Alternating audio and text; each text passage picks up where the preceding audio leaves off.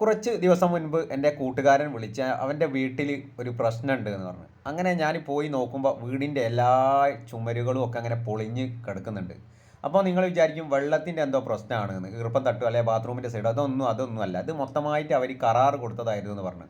അപ്പോൾ അവർക്ക് ഇതുവരെ എങ്ങനെയാണ് ഇത് സംഭവിച്ചതെന്ന് പിടുത്തം കിട്ടിയില്ല. അത് ഞാൻ അവിടെ പൊളിച്ചെടുത്തതിന് ശേഷം ഞാൻ നന്നായിട്ട് വൃത്തിയാക്കി പ്രൈമർ അടിച്ചതിന് ശേഷം ഞാൻ വാട്ടർ പ്രൂഫ് പുട്ടി ചെയ്തതാണ് ഇപ്പോൾ.